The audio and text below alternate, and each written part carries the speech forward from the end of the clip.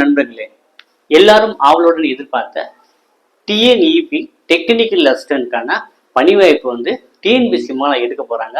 So நிறைய பேர் வந்து அப்ளை பண்ண ஆரம்பிச்சிருப்பீங்க அப்படின்னு நம்புறேன். ஸோ உங்களுக்கான சிலபஸ் என்ன, எக்ஸாம் பேட்டர்ன் என்ன அப்படிங்கிறத இன்றைய காணொலி வேலையை டீட்டெயிலாக டிஸ்கஸ் பண்ண போறோம். நீங்க முதல் தடவை நம்ம சேனலை பார்க்குறவரா இருந்தா மறக்காம சப்ஸ்கிரைப் பண்ணிட்டு கண்டினியூ பண்ணுங்க.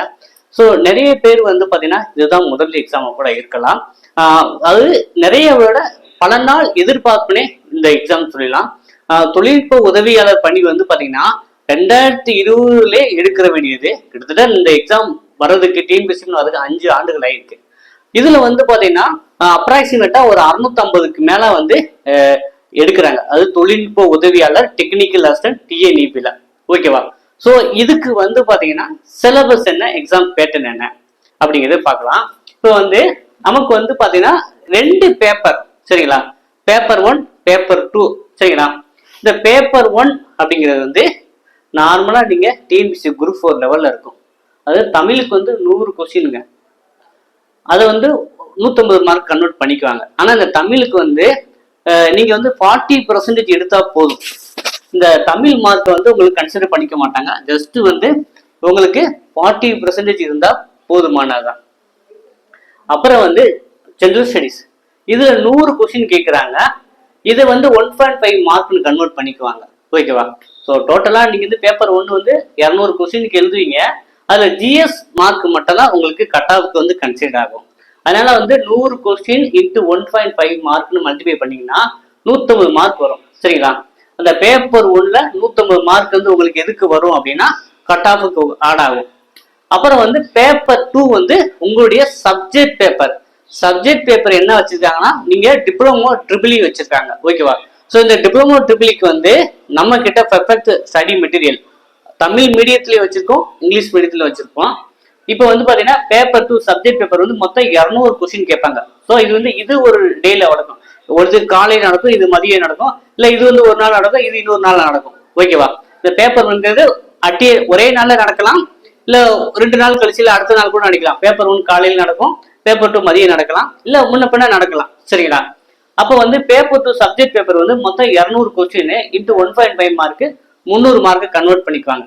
அப்போ வந்து உங்களுக்கு ரேங்கிங் லிஸ்ட்டுக்கு வந்து பாத்தீங்கன்னா கட் ஆஃப் ஓடுனா இந்த 450 மார்க்குக்கு நீங்க எவ்வளவு எடுக்கிறீங்கன்னு பொறுத்து தான் அந்த ரேங்கிங் வந்து வரும். ஓகே, உங்க ரேங்கிங் வந்து கொடுப்பாங்க. ஓகே, இப்போ வந்து பாத்தீங்கன்னா ஒரு அடிப்படையான ஒரு புரிதலுக்கு நீங்க வந்திருப்பீங்க அப்படின்னு நம்புறேன்.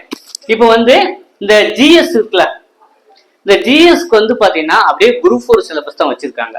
அதே போல தமிழ் எலிஜிபிலிட்டிக்கு அப்படியே குரூப் 4 சிலபஸ் வச்சிருக்காங்க. ஓகேவா?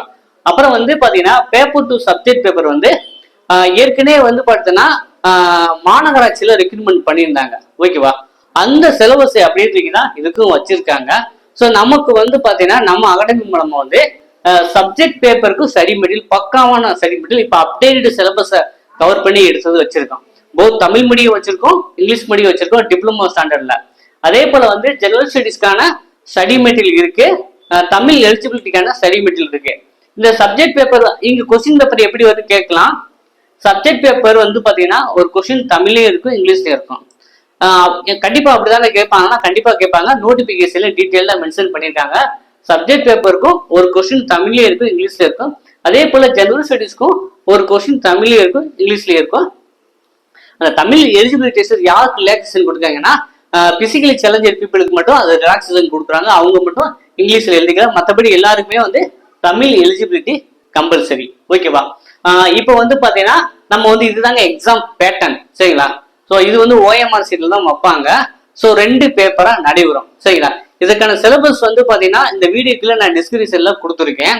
அதே போல வந்து உங்கள் யாருக்கேனும் ஸ்டடி மெட்டீரியல் தேவை அப்படின்னு ஃபீல் பண்ணீங்க அப்படின்னா நம்ம அகாடமி சார்பா பெர்ஃபெக்டா ஸ்டடி மெட்டீரியல் ப்ரொவைட் பண்றோம். இந்த டிஸ்பிளேல வாட்ஸ்அப் சார்ட் பண்ணி நீங்க ஸ்டடி மெட்டீரியல் வாங்கி படிக்கலாம். அதே போல வந்து ஜிஎஸ்க்கு ஒரு ஸ்டடி மெட்டீரியல் வாங்குறதுக்கு ஜிஎஸ்க்கு ஒரு 8500 கொஸ்டின் அண்ட் ஆன்சரோட டெஸ்ட் பேஜ் ஃப்ரீயாவே ப்ரொவைட் பண்றோம். ஆண்ட்ராய்டு ஆப் நம்ம ஆன்லைன்ல நீங்க எப்போ ஃப்ரீ டைமோ நீங்க ஒர்க் அவுட் பண்ணி பாத்துக்கலாம். அதே போல நீங்க வந்து பிஇ படிச்சிருந்தீங்கன்னா விண்ணப்பிக்கிறதுக்கு இன்னைக்குதான் கடைசி தேதி.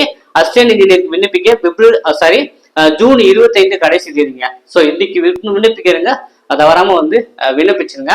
அதே போல வந்து நமக்கு இன்னொரு நல்ல சீரீஸ் சொல்றேன், ஃபீல்டு அசிஸ்டன்ட், அது கள உதவியாளரும் வெகு விரைவிலே வந்து நிரப்ப போறாங்க. அதற்கான அறிவிப்பும் வெகு விரைவிலே நம்ம எதிர்பார்க்கலாங்க. ஸோ இந்த காணொலி உங்களுக்கு சிறிதளவேனும் பயனுள்ளதாக இருக்கும் அப்படின்னு நம்புறேன். இந்த வீடியோ பிடிச்சதா மறக்காம லைக் பண்ணி வச்சிருங்க. உங்கள் நண்பர்களுக்கும் தேவையான அவங்களுக்கு ஷேர் பண்ணுங்க. மீண்டும் சந்திப்போம்.